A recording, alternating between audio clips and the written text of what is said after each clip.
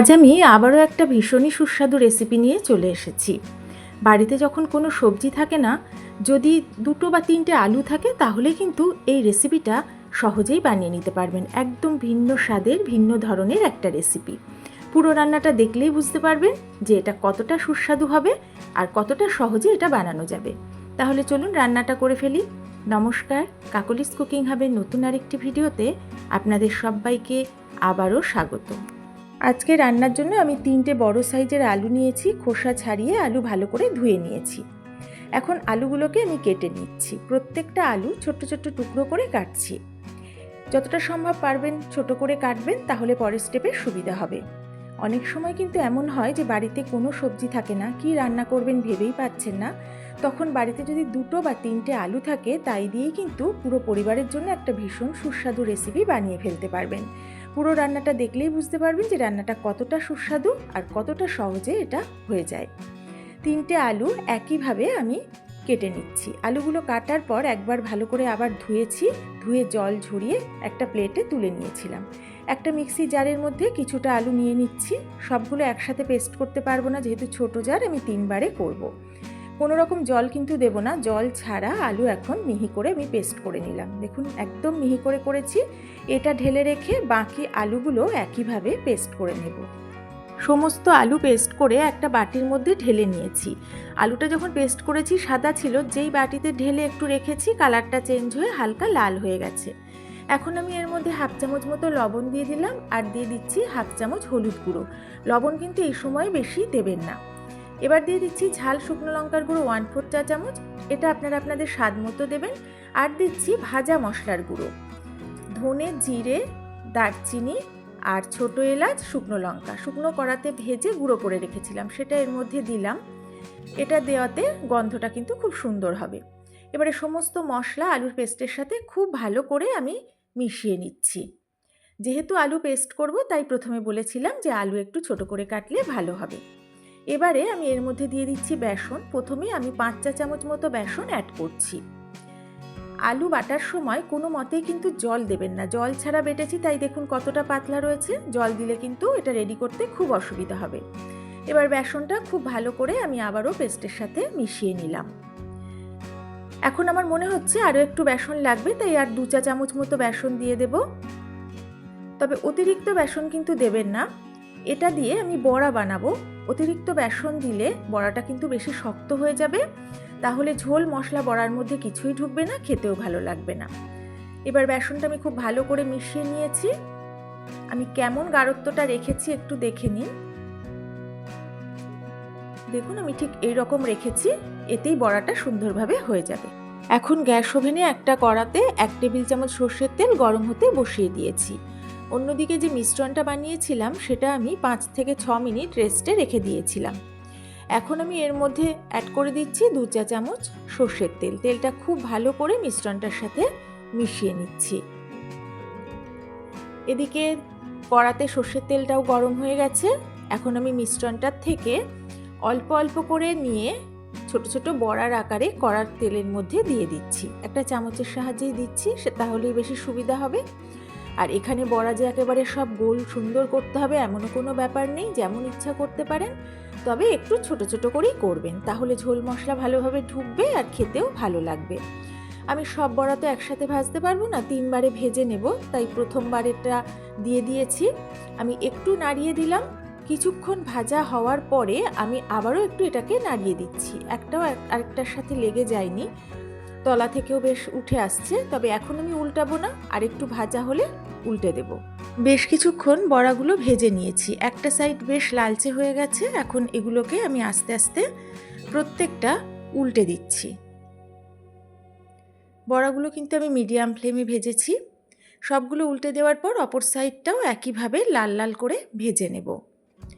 একদম হাই ফ্লেমে ভাজতে যাবেন না, তাহলে কিন্তু পুড়ে যাবে। দেখুন দুটো সাইড সুন্দরভাবে লাল হয়ে গেছে। আমি এগুলোকে একটা প্লেটে তুলে রাখছি। বড়াগুলো আমি একটু চ্যাপ্টা চ্যাপ্টা করেই বানিয়েছি। আপনারা আপনাদের ইচ্ছা মতো বড়াগুলো তৈরি করে নেবেন। এগুলো সব তুলে নেওয়ার পর কড়াতে খুব সামান্য তেল দিয়ে দিচ্ছি, খুব বেশি তেল দেব না। এবার আবারও আমি এই একইভাবে বড়া ভেজে তুলে নেব।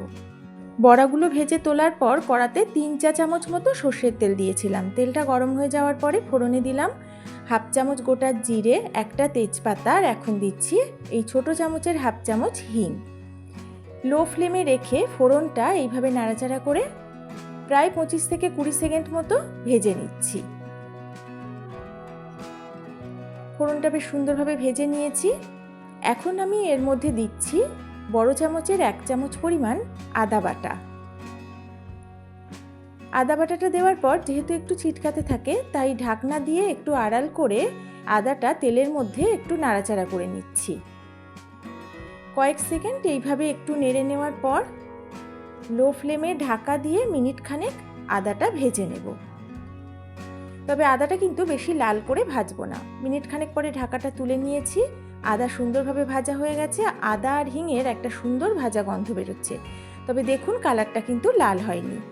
এবারে আমি এর মধ্যে দিয়ে দিলাম টমেটো কুচি। একটা মাঝারি টমেটো টুকরো করে কেটে রেখেছিলাম, সেটা দিলাম। আর যেহেতু টমেটোটা দিয়েছি তাই হাফ চামচ মতো লবণ দিলাম যাতে টমেটো তাড়াতাড়ি নরম হয়ে যায়। এবার সব কিছু একটু নেড়ে মিশিয়ে নিলাম। এখন লো ফ্লেমে ঢাকা দিয়ে 2 মিনিট মতো ভেজে নেব, টমেটোটা যাতে সেদ্ধ হয়ে যায়। মিনিট 2 পরে ঢাকাটা তুলে নিয়েছি। টমেটো কিন্তু অনেকটাই নরম হয়ে গেছে, কাঁচা ভাবটা একদমই চলে গেছে। এখন আমি এর মধ্যে দিয়ে দিচ্ছি কালারের জন্য হাফ চামচ কাশ্মীরি লঙ্কার গুঁড়ো, দিলাম হাফ চামচ হলুদ গুঁড়ো, এখন দিচ্ছি 1.5 চামচ মতো জিরে গুঁড়ো, আর দেব ছোট চামচের 1 চামচ ধনে গুঁড়ো। যেহেতু গুঁড়ো মশলা দিয়েছি এখন অল্প করে একটু জল দিয়ে দিলাম। এবার জলের সাথে সমস্ত মশলা টমেটো ভালো করে মিশিয়ে নিয়ে একটু নাড়াচাড়া করে নিচ্ছি।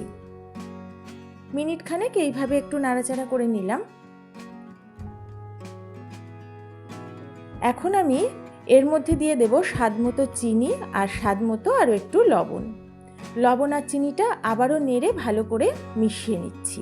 গ্যাসের ফ্লেমটা কিন্তু লোতেই রেখে দিয়েছি। এবারে লো ফ্লেমে ঢাকা দিয়ে আমি বেশ কিছুক্ষণ কষিয়ে নেব যাতে মশলার কাঁচা গন্ধটা চলে যায়। প্রায় 2 মিনিট মতো আমি মশলাটা ভেজে নিয়েছি। মশলা থেকে সুন্দর ভাজা গন্ধ বেরোচ্ছে, টমেটো মশলার সাথে বেশ সুন্দরভাবে মিশে গেছে। এখন আমি রান্নাটাকে একটু চটপটা করার জন্য দিয়ে দিচ্ছি টমেটো সস। 1.5 টেবিল চামচ মতো টমেটো সস আমি এখানে অ্যাড করে দিলাম। এই বাটিটা ধুয়েই সামান্য একটু জল দিয়ে দিচ্ছি। এবারে এই সসটা বাকি মশলার সাথে মিশিয়ে নিয়ে অল্প কিছুটা সময় একটু নাড়াচাড়া করে নেব। যেহেতু সস দেওয়া হয়েছে তাই লবণ মিষ্টি যাই যোগ করুন না কেন সেটা কিন্তু একটু বুঝে করবেন। এবারে লো ফ্লেমে ঢাকা দিয়ে আমি 1 মিনিট মতো রান্না করে নেব। মিনিট খানেক পরে ঢাকাটা তুলে আমি 3টে চেরা কাঁচা লঙ্কা দিয়ে দিলাম। ঝালটা অবশ্যই আপনারা আপনাদের স্বাদ মতোই দেবেন।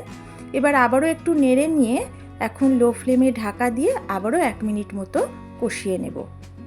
মিনিট খানেক পরেই আমি ঢাকাটা তুলে নিয়ে একটু নেড়ে নিচ্ছি। টমেটো সসের জন্য খুব সুন্দর একটা গন্ধ বেরোচ্ছে। এখন আমি এর মধ্যে দিয়ে দিয়েছি 1 কাপ মতো গরম জল। আরও 1 কাপ গরম জল আমি এখানে অ্যাড করে দিচ্ছি। এবার জলের সাথে সমস্ত মশলা ভালো করে নাড়িয়ে মিশিয়ে নিচ্ছি। গ্যাসের ফ্লেমটা কিন্তু হাইতে রেখেছি। যে সকল বন্ধুরা নতুন পুরনো সকল বন্ধু সবসময় আমার পাশে আছেন, আমার রেসিপিগুলো দেখেন, তাদের সবাইকে আমার সাথে থাকার জন্য অনেক অনেক ভালোবাসা। 2 মিনিট মতো আমি এইভাবে হাই ফ্লেমে ঝোলটা ফুটিয়ে নিলাম। ঢাকাটা তুলে নিয়েছি।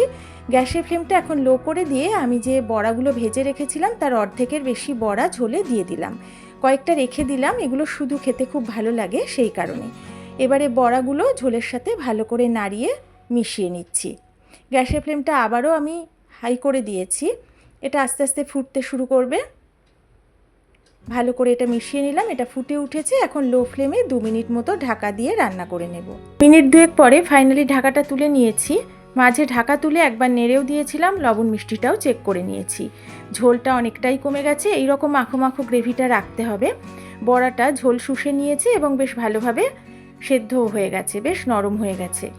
এখন আমি এর মধ্যে দিয়ে দিলাম এই ছোট চামচের হাফ চামচ গরম মশলার গুঁড়ো। গরম মশলার গুঁড়োটা দিয়ে আলতোভাবে আমি একটু মিশিয়ে নিচ্ছি। যেহেতু বড়াটা নরম হয়ে গেছে তাই এই সময় একটু সাবধানে নাড়াচাড়া করতে হবে। রান্নাটা কিন্তু আমার একদমই কমপ্লিট। গরম মশলা গুঁড়ো দেওয়ার পর আর বেশি ফোটানোর কোনো দরকার নেই। এখন আমি গ্যাসের ফ্লেমটা অফ করে দেব। তারপর ঢাকা দিয়ে 5 মিনিট স্ট্যান্ডিং টাইমে রেখে দেব। একদম ভিন্ন স্বাদের ভিন্ন পদ্ধতিতে বানানো আলুর এই নিরামিষ রেসিপিটা রুটি, লুচি, পরোটা সব কিছুর সাথে যেমন ভালো লাগবে তেমনি সাদা ভাত, পোলাও, ফ্রাইড রাইসের সাথেও কিন্তু এটা খেতে পারবেন। নিরামিষ দিনে অবশ্যই একবার এইভাবে এই রেসিপিটা বানিয়ে খাবেন।